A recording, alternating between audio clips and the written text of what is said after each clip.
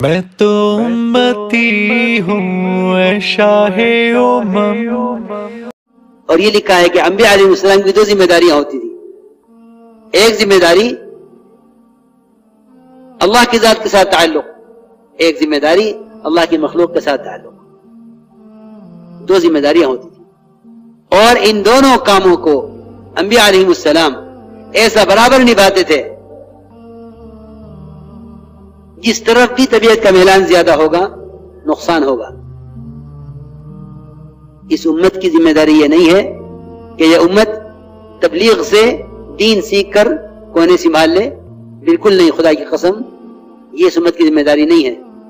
اس امت کی ذمہ داری یہ ہے کہ یہ اس کام میں لگ کر سمجھے کہ اس پر دو ذمہ داریاں کیا پڑتی ہیں.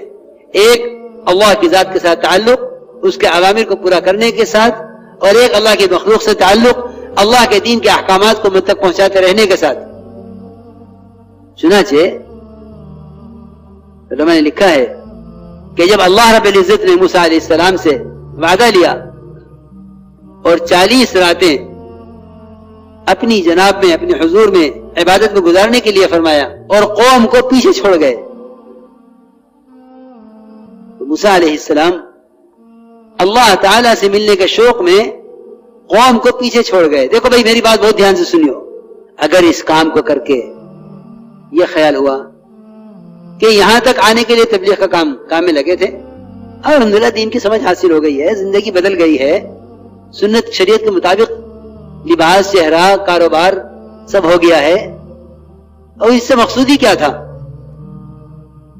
تبلیغ میں لگنے سے مقصود یہی تھا جب میں ایسا بن گیا ہوں تو اب اس کی کیا ضرورت ہے؟ دعوت دین کی محض تعلیم کے لیے نہیں ہے، بلکہ دعوت دین کی بقا کے لیے اور ایمان اور اعمال کی تکمیل کے لیے ہے. اور کمال کا کوئی درجہ نہیں ہے، کمال کی کوئی حد نہیں ہے، کمال کی کوئی حد نہیں ہے. یہ کام ایسا نہیں ہے کہ اس کام سے دین سیکھنے کے بعد ہر نقل و حرکت کی اہمیت کو محسوس نہ کرے،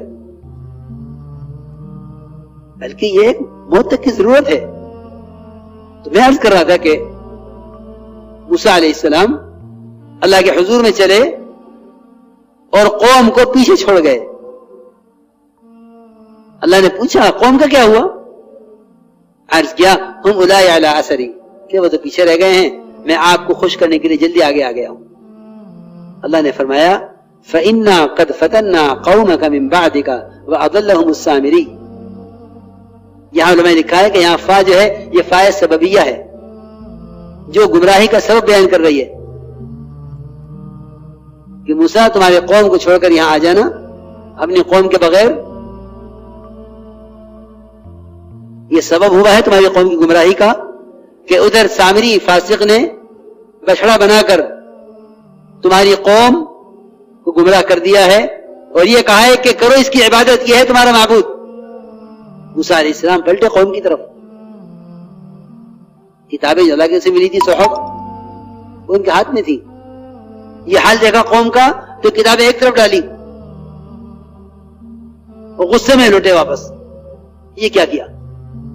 دیکھو میرے دوستو، بہت غور سے سننے کی بات ہے. ذمہ داری دو پر رکھی تھی، موسیٰ علیہ السلام اور ہارون علیہ السلام. وہ اکیلے رہ گئے قوم میں، اکیلے رہ گئے قوم میں. دو کی ذمہ داری تھی، ان دونوں کو ذمہ داری پوری نبھانی تھی. چنانچہ علماء نے لکھا ہے کہ اس 40 رات کے عرصے میں، صرف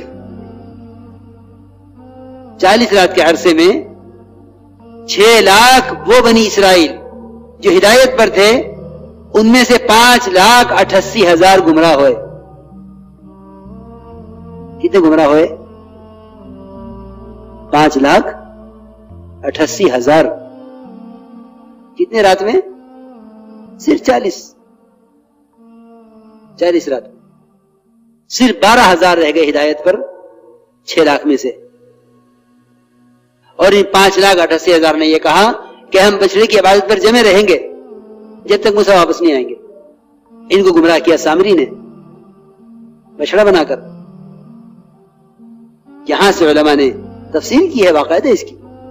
میرے محترم دوستو بزرگوں عزیزوں، اللہ رب العزت اپنے فضل سے اپنے کرم سے ہمیں یہ محنت عطا فرمائی ہے، اور یہ قرن اول کی محنت ہے، یہ زمانے کی کوئی تحریک نہیں ہے. اس لیے اس کے تقاضوں کو سمجھنا اور صحابہ اکرام کی نقل و حرکت کے جذبات اور ان کی والی ذمہ داری کو سامنے رکھ کر اس راستے میں چلنا اور امت کو یہ محنت یاد دلانا. میں نے شروع میں ایک آیت پڑھی تھی، بہت شروع میں، سورہ والعصر. یہ ایسی صورت ہے کہ امام شافعی رحمۃ اللہ علیہ فرماتے ہیں کہ جو شخص صرف سورہ والعصر پر غور کر لے تو یہ امت کی نجات کے لیے کافی ہے. یہ قرآن کی سب سے بڑی صورت ہے، سب سے بڑی صورت ہے قرآن کی، حالانکہ چھوٹی صورتوں میں شمار ہوتا ہے. لیکن ہم شافعی فرماتے ہیں کہ اگر کوئی شخص